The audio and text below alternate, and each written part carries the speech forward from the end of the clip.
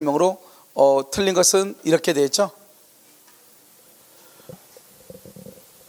두 개가 반복됐네요. 1번 임대차 계약이 묵시적으로 갱신되면 그 전속기간 몇 년이다? 2년 동그라미 2년 하고 옆줄거 써. 임차인은 언제든지 해지 통고. 임차인은 언제든지 해지 통고 플러스 3개월. 3개월이 지나면 소멸하죠. 자, 2번 주택의 전부를 줄고 일시적으로 사용. 여러분 일시적으로 사용 그러면 두 가지가 안 돼. 암기해야 돼. 맨 끝에 주택임대차 보호법이 적용되지 않아. 그럼 두 번째 부속물 매수 청구권 X. 부속물 매수 청구권이 인정되지 않아. 두 가지를 정확하게. 주택임대차 보호법이 적용되지 않는다. 부속물 매수 청구권이 인정되지 아니한다. 이렇게. 자, 이제 여기서 보면 우리가 일시 사용을 왜 그러냐? 우리가 주택임대차 보호법은 기간의 정함이 없거나 2년 미만으로 정하면 몇 년으로 보죠?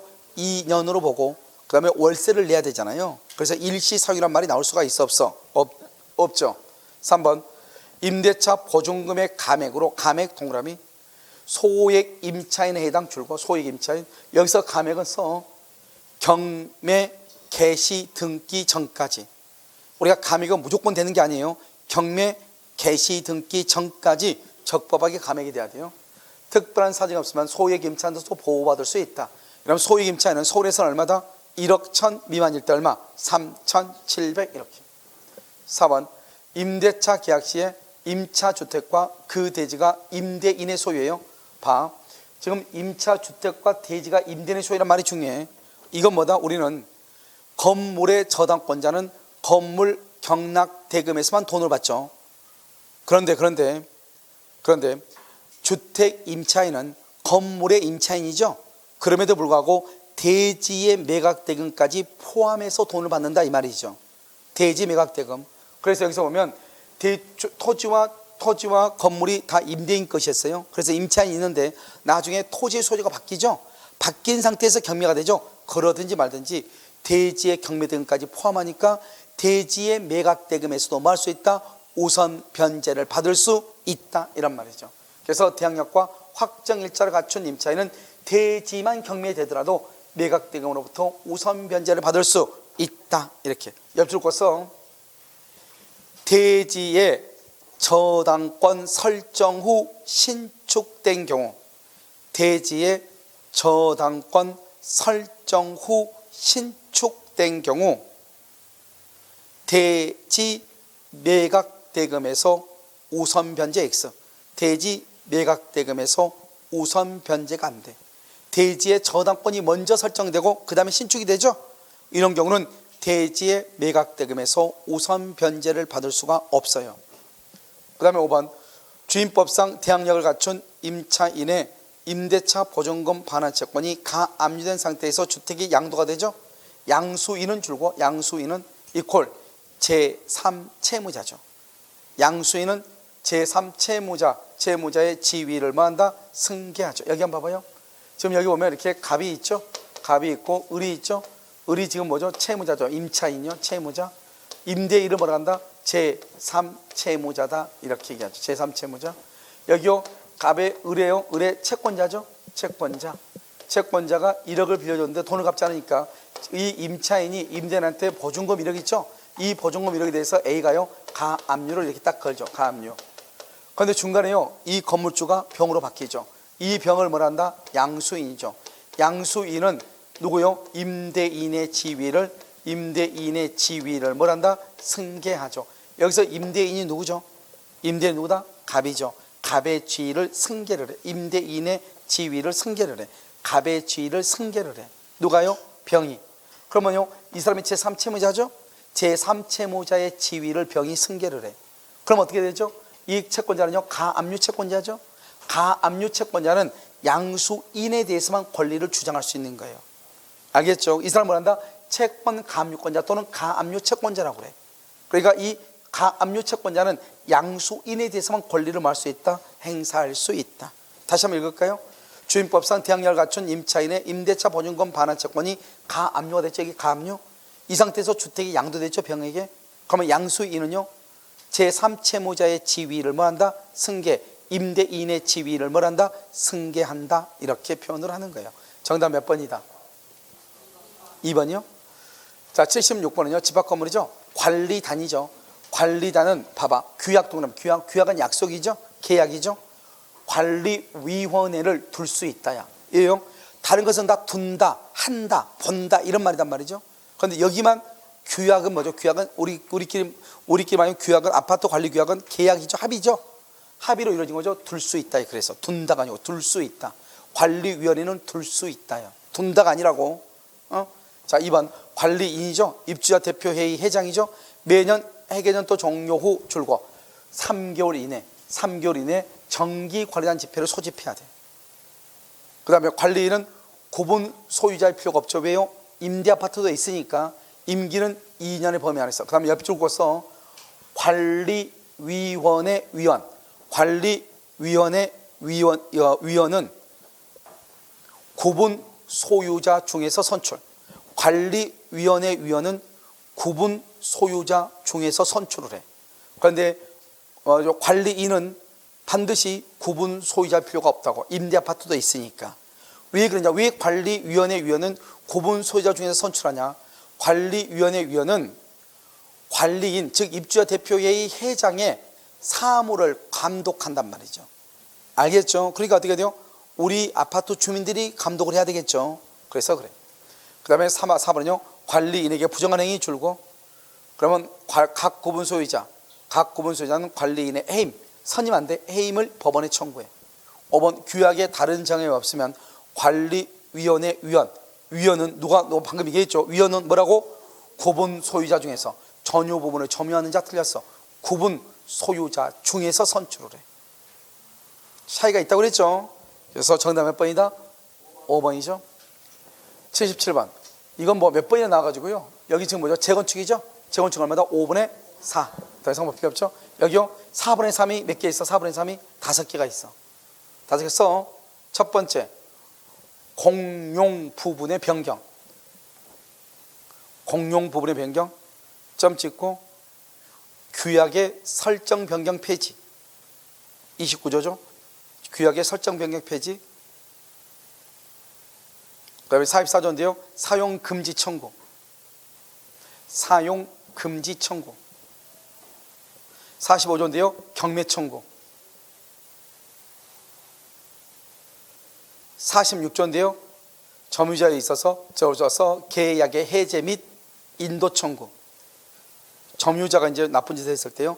계약의 해제 및 인도 청구. 이게요. 4분의 3이에요. 4분의 3. 알겠죠? 4분의 3. 됐죠, 지금? 이렇게. 자, 78번은요. 갑은 을에게 1억 원을 빌려주고, 1억 원을 빌려주고 줄고, 이것을 뭔다? 소비 대체라고 하죠. 이를 담보하기 위해서 을 소유 부동산에 가등기했다. 가등기 봐봐. 1억 원이 빌려줬는데 이 건물이 3억짜리죠. 그러니까 3억에서 1억을 빼면 물건 가격이 더 크죠. 우리 이것을 말한다. 초과라고 하죠. 가등기했죠. 그것을 가등기 담보라고 하죠. 을이 변제기에 채무를 이행하지 않자 갑은 즉시 담보권을 실행하여 소유권을 취득하고자 한다. 소유권을 취득 줄고 소유권 취득. 경매가 아니고 이것을 뭐라고 한다? 그래서 뭐라고 그래? 귀속청산이라고 얘기하는 거죠. 귀속청산. 경매가 아니잖아요. 1번 갑은 청산금의 평가액을 을에게 통지해야 돼. 을에게 통지해야 돼. 알겠죠? 써. 청산평가액을 여기다 써. 청산금이 없더라도 이렇게. 청산금이 없더라도 통지해야 돼. 그 말이 훨씬 더 중요해. 청산금 통지가 중요한 것이 아니고 청산금이 없어도 통지해야 돼. 무조건. 두 번째, 갑은 을에게 청산금의 평가액을 통지한 후에도 갑은 이에 대해서 다툴 수 있다. 틀렸죠? 통지한 후, 평가액을 통지한 후 다툴 수 없다. 다툴 수 없다. 알겠죠? 법조문에 나와 있으니까 중요하죠? 3번, 을은 갑이 통지한 청산금액에 줄고 묵시적으로 동의하면서 청산금을 확정할 수가 있고, 그 다음에 4번, 갑이 을에게 담보권 실행 통지를 하지 않으면 청산금을 지급하더라도 본등기를 청구할 수 없다. 여기 봐봐요. 재밌는 말은 뭐냐면 담보권 실행 통지를 하지 않았다. 이 말은 청산 절차를 거치지 않았다. 이 말이죠. 담보권 실행 통지 가로 묶어 이퀄 청산 절차. 이걸 청산 절차라고 하죠. 옆줄 긋고 강행 규정이에요. 그래서 변제기 후 청산금의 평가액을 채무자 등에게 통지하고 통지가 도달한 날부터 2개월의 기간이 경과한 후 청산금을 지급하고 가등기에게서 본등기를 청구한다. 이게 청산 절차라고. 그 청산 절차는 강행 규정이라고. 그런데 청산 담보권 실행 통지를 안 했다 이 말은 청산 절차를 거치지 않았다. 그러면 강행 법규를 위반했다. 유효이다, 무효이다, 무효이다. 가등기에게서 본등기를 청구할 수가 있다, 없다, 없다. 이렇게 해서 본등기를 청구할 수 없다. 이렇게. 5번 을은 갑이 통지한 청산 금액을 갑은 을은 누구죠? 갑이 통지한 을이 지금 채권자는 채무자네요. 청산금을 다투고 줄고 정당하게 평가된 청산금을 지급받을 때까지 명태요 등기 및 인도를 거절할 수 있다. 알았죠? 이게 참 문제라고 그랬죠. 청산금 평가할 때는 주관적으로 평가를 해놓고 주관적으로 평가했더니 또 채무자가 또 부족하다고 또 다투고 말이 되냐고 안 되냐고. 이런 법이 있으면 돼, 안 돼? 안 된다고 얘기했죠. 알겠죠? 정답 몇 번이다? 2번이다. 이렇게. 자, 그 다음에요. 이제는 뭐 얘기해요? 79번. 갑은 을로부터 1억 원을 빌리면서 자신의 X 건물의 저당권을 설정해 준 다음 병으로부터 2억 원을 빌리면서 X 건물의 양도담보로 증오하고 병명으로 소유권이 있는 게. 여러분요, 있을 수 없는 일이 일어났죠. 이 가등기 담보라고 하는 법은 사법이라고 이미 죽어있는 법이고 지금은요 2000년대 돌아가서는 단 한 번도 있잖아요. 판례가 나온 적이 없어. 한 번 있긴 있었는데 그것도 뭐 기존에 있었던 거 똑같은 거고요. 그 말은 뭐냐면 이 가등기 담보를 어느 누구도 사용하지 않고 있다면 그런데 법으로만 명목상으로만 남겨놨어. 알겠죠? 그걸 사법이라 죽어있는 법이나 마찬가지다. 그런데 24회 때요 누가 들어갔는지 문제를요 2문제를 가등기 담보에서 냈다 이 말이죠. 보통 무식함이 드러난 것이 아니죠. 알겠죠? 요즘 다른 시험에 나오지도 않아 가등기 담보는. 무슨 말이죠? 우리 시험에는 딱 출제 비율이 딱 정해져 있죠. 15% 6문제를 내라고 되기 때문에 나오는 거란 말이죠. 근데 여기다가 가등기 담보를 누가 사용하지도 않는 법을 2문제를 내면 어떡하냐고. 알겠죠? 지구상에서 가장 무식한 문제를 한번 풀어보면 갑은 을로부터 1억 원을 빌리면서 소비대차죠. 여기 5억이죠. 5억에서 1억을 빼면 4억이니까 초과죠. 가담법이 적용된다 이 말이죠. 그래서 저당권은 그 다음에 5억 원에 1번 봐봐. 자, 갑은 을로부터 돈을 빌렸죠. 그러니까 갑이죠. 갑은요 여기 이게 5억짜리예요. 5억짜리다가 자기가 1억을 빌려주고 을로한테 저당을 잡았어. 그 다음에 다시 병한테 또 얼마를 빌려? 2억을 빌려. 2억을 빌리면서 양도담보 소유권 이전 등기죠. 이전 등기 양도담보요. 양도담보를 했어. 가등기랑 똑같아. 양도담보나 가등기랑 똑같아. 그럼 봐봐요. 지금 이 물건이 5억짜리죠. 자기가 빌려준 돈은 2억이죠. 5억에서 2억 빼면 3억이죠. 초과죠. 그런데 이때는 선순위가 있죠. 그럼 이 두 개를 포함해서 뽑아야 돼. 빼야 돼. 선순위가 있어. 후순위는 포함한다 안 한다? 안 하죠. 포함하면 얼마다? 포함해서 빼면 2억이죠. 2억을 뭐란다? 청산금이라고 얘기하고 여기서 중요한 것은 저당권자가 말소 기준 권리죠. 만약에 저당권에 의해서 경매가 되든 누가 경매하든 간에 관계없이 저당권, 근저당권, 압류, 감류, 가등기 담보는 언제나 말소 기준 권리죠. 경매가 되면 언제나 소멸하죠. 그럼 지금 이해되셨나요? 자, 그럼 봐. 1번. 갑이 을에게 갑이랄 때 돈 다 갚았죠. 전부 변제 줄고 전부 변제. 그럼 당연히 저당권은 자동 소멸하죠. 전부 변제 그러면 저당권은 말소 등기 없이 소멸이죠. 말소 등기 없이 자동 소멸이죠. 그럼 누가 1번이다? 가등기 담보가 1번이 되죠. 여기 양도 담보가 1번이 되죠. 2번. 병이 갑에게 청산금을 지급했죠. 병이 갑에게 청산금을 지급함으로써 X 건물의 소유권을 취득하죠. 그럼 소유권 취득하면 자기 밑에 누가 있어 없어? 없죠. 그러면 소유권 취득하면 혼동해서 양도담보권은 뭐가 된다? 소멸하죠. 그래서 소유권을 취득하면 양도담보권을 소멸한다. 이퀄 뭐라고 한다? 혼동이다. 이렇게 자기 밑에 아무도 없으니까. 만약에 저당권이 있었으면 소멸한다 안 한다? 안 하겠죠. 4번. X 건물의 멸실훼손 줄과 멸실훼손 그러면서 물상대위 이렇게 물상대위 이렇게 물상대위하죠. 옆줄 거 써 전세권, 질권, 저당권, 양도담보권은 물상대위한다. 물론 가등기담보도 포함해. 양도담보에는 가등기담보, 양도담보는 다 물상대위한다. 왜요? 왜 그런다? 봐. 우리 법조문에 뭐라고 나왔죠? 저당권은요 경매가 되면은 뭐로 본다? 아니 가등기담보가 경매가 되면 뭐로 본다?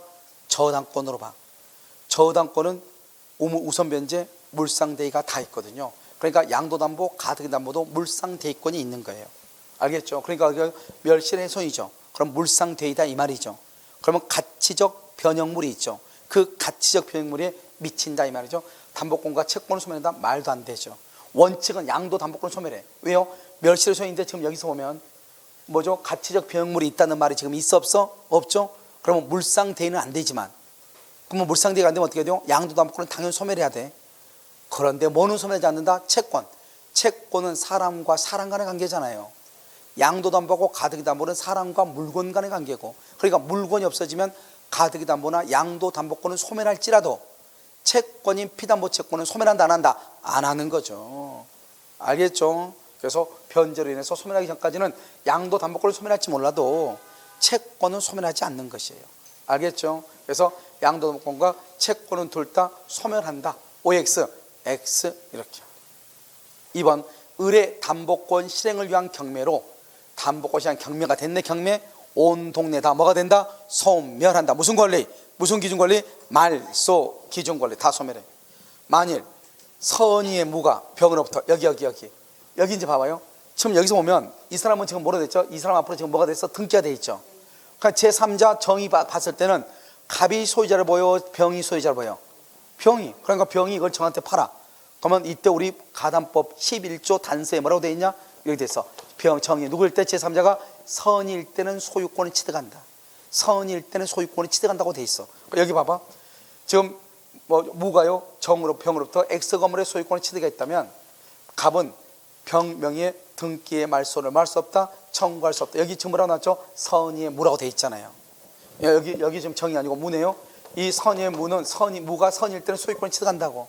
그러면 갑은 무한테 등기 말소를 청구할 수 있다 없다? 없다. 그래서 우리가 딱 보면은 제3자가 봤을 때는 이 사람이 돈 2억을 빌려주고 갑의 건물에다가 소유권 이전 등기를 했잖아요. 이것을 양도담보로 간단 말이죠. 그런데 등기가 아예 병 앞으로 돼 있으니까 제3자가 봤을 때는 병이 소유자처럼 보이잖아요. 그러니까 병이 정한 무한테 처분하면 무는 누구일 때만 보호된다? 선의일 때만 보호된다. 선의. 알겠죠? 선의의 무는 무에게 등기의 말소를 청구할 수가 없다 이란 말이에요. 그래서 좀 까탈스러운 문제죠. 까탈스러운 문제는 몇 번이다? 정답 몇 번? 3번 이렇게. 자요, 가장 간단한 이제 명시사를 한번 보죠. 갑은 2020년에 친구 울과 명상약정 줄고, 명상약정 그것은 무효네요. 병소유 X부동산을 매수하면서 누가요? 갑이요? 그러니까 간단하죠. 중간생략이겠네요. 이게 병 건데요. 이렇게 갑이요 매수를 해가지고 자기는 등기하지 않고 여기 을하고 명의시탁을 해서 을 앞으로 등기해달라 이렇게 했네요. 그럼 을 앞으로 등기하면 이 등기는 유효이다 무효이다? 무효이고, 이 명의시탁도 유효이다 무효이다? 무효이고, 이런 무효이면은 해지가 된다 안 된다? 안 되죠. 해지가 안 된다. 알겠죠? 그래서 갑은 을하고 명상약정을 해지하고 등기의 이전을 청구할 수가 없는 거예요. 지금 병 앞으로 되어 있는 등기는 무효이죠. 결국 누가 소유자다? 병이 소유자가 되는 거예요. 병이 소유자인데요, 갑하고 병 간의 계약 자체는 유효이다 무효이다? 유효니까 갑은 병한테 뭐를 청구할 수 있다? 등기를 청구해야지. 등기를 청구. 그런데요, 이 을이 병이나 갑이 을 등기의 무효인데 말소를 청구하기 전에 말소, 이 을이 이것을 정한테 처분하죠. 그러면 정은 뭘 불문하고? 선악 불문하고 소유자가 되죠. 지금 을 앞으로 되어 있는 등기가 무효니까 등기를 말소를 해야 되겠죠. 말소를 누가 한다? 병이 말소하죠. 소유자니까 병이. 소유자니까 어떻게 말소한다? 직접 말소하고. 갑은 소유자도 아니다? 아니죠. 어떻게 말소한다? 병을 뭘 해서? 대위해서. 이걸 중간생략형이다 이렇게 얘기하는 거예요. 자, 1번은요 을이 소유자다. 틀렸죠. 누가 소유자다? 병이 소유자다 이렇게. 2번 갑은 명의신탁 해지, 그런 말이 나오면 돼 안 돼? 안 돼.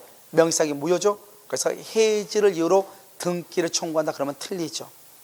3번은요 갑은 부당 이득 반환을 원인으로 을에게, 그럼 갑하고 을하고 명의신탁 약정 자체가 무효이지만 현재 소유자가 누구다? 병이죠.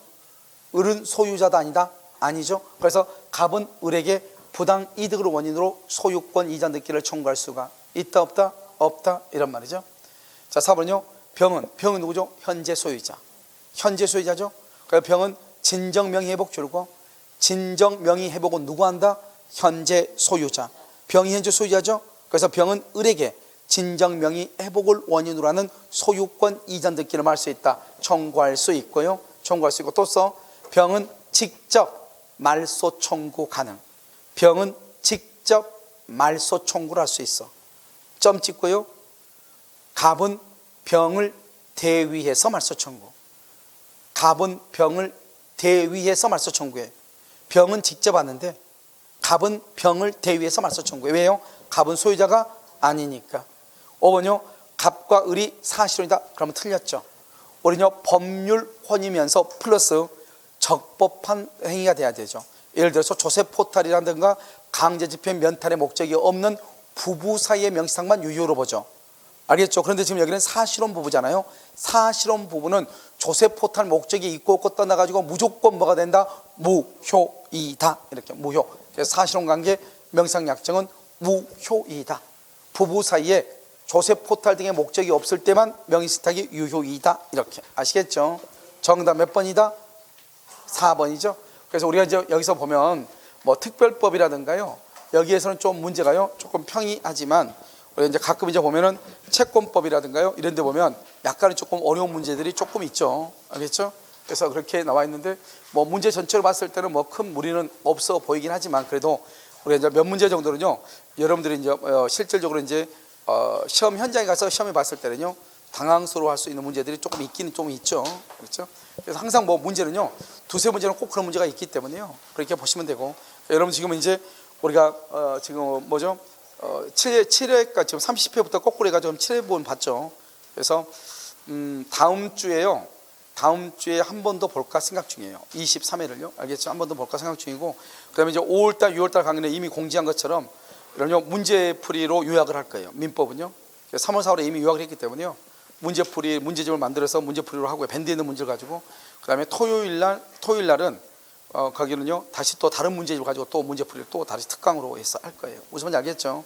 그다음에 이제 아마 여기 지금 뭐죠? 여기 지금 모의고사 지금 기출문제 해설 있죠? 이것은 아마 화요일이나 수요일로 옮겨서 할까 생각 중이에요. 화요일 정도 옮겨서 할까 생각 중이에요. 그렇지 않고 그냥 화요일은 제 생각에 여러분들이 그날 공부를 해야 되는데 다음 주에 또 민법을 강의를 듣고 이렇게 해야 되잖아요. 그 강의를 할 것을 미리서 공부를, 여러분 어차피 민법만 공부를 매달 수는 없는 거잖아요. 그래서 예습으로 해가지고 다음 주에 공부할 것을 1시간이나 1시간 반 정도로 이렇게 요약을 다시 한번 할까, 아무튼요 생각을 조금 해보도록 하겠습니다. 알겠죠? 그래서 일단 주중 강의하고요, 그 다음에 주말 강의는 문제집을 전혀 다른 걸로 해서 문제풀이를 일단 하고, 그 다음에 화요일 날 오후에 하는 특강이 있죠. 그 특강은요 여러분한테 이제 문제만 계속 풀면 조금 또 문제 있잖아요. 그래서 짧게 요약을 할까. 그래서 오늘 그래서 예를 들어서 뭐 여러분 첫 주에 문제풀이 하죠. 그럼 문제풀이 한 거 그 4시간 동안 문제풀이 하는 것을 사실 요약하는데 30분도 안 걸리거든요. 그래서 진도가 얼마 안 나가니까요. 요약하고 다음 주에 여러분이 공부할 것을요 다시 짧게 할까 이 생각이 있어요. 그래서 한 2시간 정도, 너무 많이 하면 여러분들이요 다른 공부도 해야 되고 막 이렇게 하는데요 시간을 뺏길 수는 없어서 그래서 한 2시간 안에 어떻게 해보도록 하겠습니다. 무슨 말인지 아시겠죠? 오늘 강의는요 여기까지 하도록 하겠습니다.